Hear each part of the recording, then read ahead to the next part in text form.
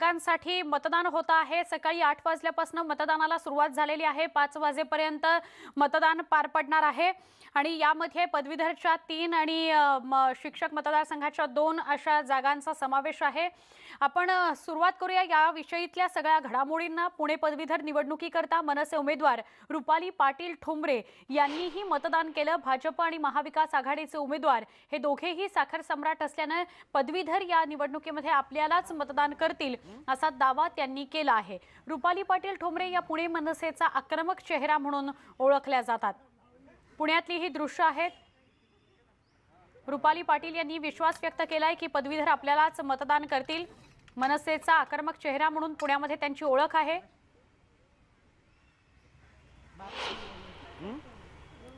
पदवीधर निवडणूक, पुणे पदवीधर निवडणूक असो किंवा पदवीधर निवडणूक जी आता सगळ्या महाराष्ट्रात चालू आहे, आतापर्यंतची ही दुर्लक्षित निवडणूक होती। प्रत्येक पक्ष आपला जो पदाधिकारी असेल त्याचा पुनर्वसनासाठी याचा वापर करत होता, परंतु प्रथमच यावेळी या पदवीधर निवडणुकीमध्ये खऱ्या पदवीधरांचा रंग आलेला आहे। कारण का आज तुम्हाला पदवीधर जे मतदान करताना दिसतील ते स्वतःचा दुर्लक्षित झालेले प्रश्न मार्गी लागणार आणि त्याला उमेदवार करणार। म्हणून आज एवढी गर्दी कोरोनाच्या काळातही मी आज लाईनीमध्ये राहून म्हणजे मी 9ला मतदानाला गेले, 9:30 ते 9:25ला मी बाहेर मतदान करून आले। अशा पद्धतीने प्रत्येक पदवीधर शून्य उच्च शिक्षित हा मतदानासाठी बाहेर पडत आहे, जो आधी पडत नव्हता।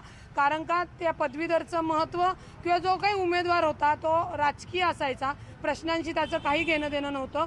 परंतु आता या निवडणुकीला चित्र वेगळं दिसतंय। अनेक पदवीधर तरुण असो की ज्यांची 20-20 15-15 वर्ष जे मतदान करतायत ते आज तुम्हाला नक्की बाहेर पडताना दिसतील मतदान करण्याचा आमचा प्रयत्न आहे। मी सर्व मतदारांना या निमित्ताने धन्यवाद देतो।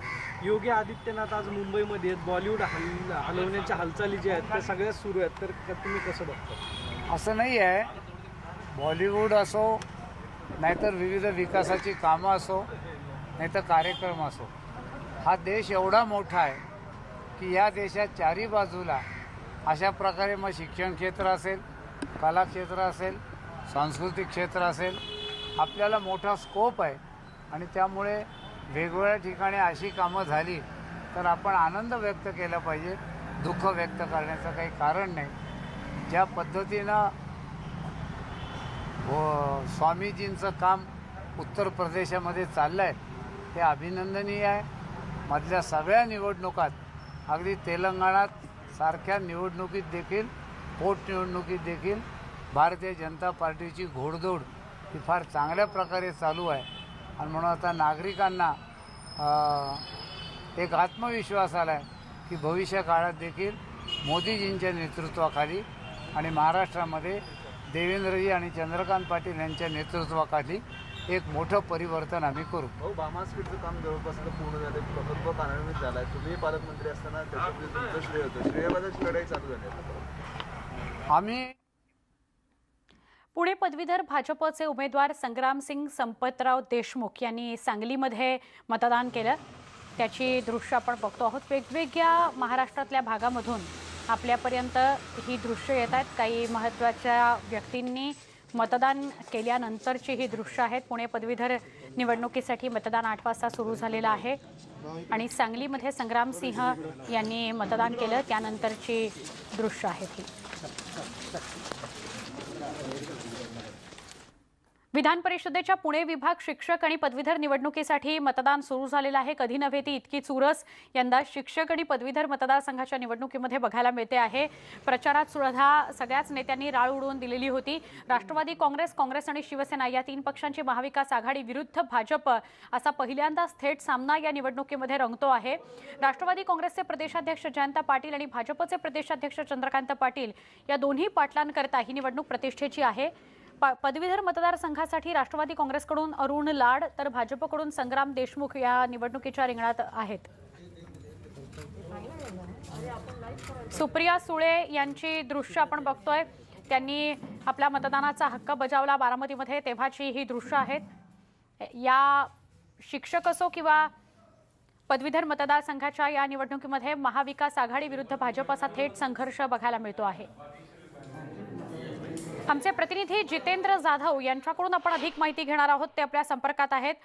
जितेंद्र, काय सांगशील तुझ्या परिसरामधलं वातावरण? 8 वाजल्यापासून 5 वाजेपर्यंत मतदान करू शकणार आहेत सगळे, तर कशी चुरस आहे तुझ्या परिसरात? काय वातावरण? कारण आपण प्रचारादरम्यान बघितलं होतं की या दोन्ही पक्षांनी, महाविकास आघाडीतले तिन्ही पक्ष असोत किंवा भाजप, या सगळ्यांनीच मतदानामध्ये निवडणुकांमध्ये राळ उठवून दिली होती.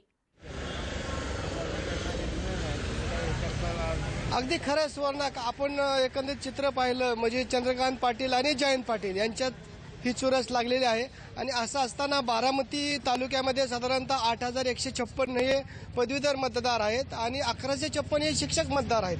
असं असताना आज सकाळी बारामतीत सुप्रिया सुळेंनी मतदान केल्यानंतर संपूर्ण बारामती तालुक्यातील 14 मतदान केंद्रावर हे मतदान होणार आहे. आणि असं जरी असलं तरी प्रशासनाकडून या ठिकाणी थोडी ढिसाळ भूमिका झालेली दिसते. कारण का मतदारांना वेगवेगळ्या ठिकाणी जावं लागते, त्यांना आपले मतदान केंद्र शोधावं लागतं. मला आपल्याबरोबर काही मतदार देखील आहेत, काही पदाधिकारी आहेत, आपण त्यांना विचारू. मला सांगा, आपण मतदान व्यवस्थित चालले परंतु मतदारांना मतदान केंद्र शोधण्याला उशीर लागतो. 100% उशीर लागतोय. आता मी काटेवाडीचा आहे, माझं मतदान बारामतीमध्ये, काही काटेवाडीच्या ग्रामस्थांचं मतदान उंडवडीमध्ये. कारण उंडवडीमध्ये जायचं म्हणलं तर 40 किलोमीटर आम्हाला जावं लागतं. ह्याच्यामुळे टक्केवारी मतदानाची घसरत आहे. जितेंद्र, काही क्षणासाठी तुला थांबवते. पुन्हा एकदा तुझ्या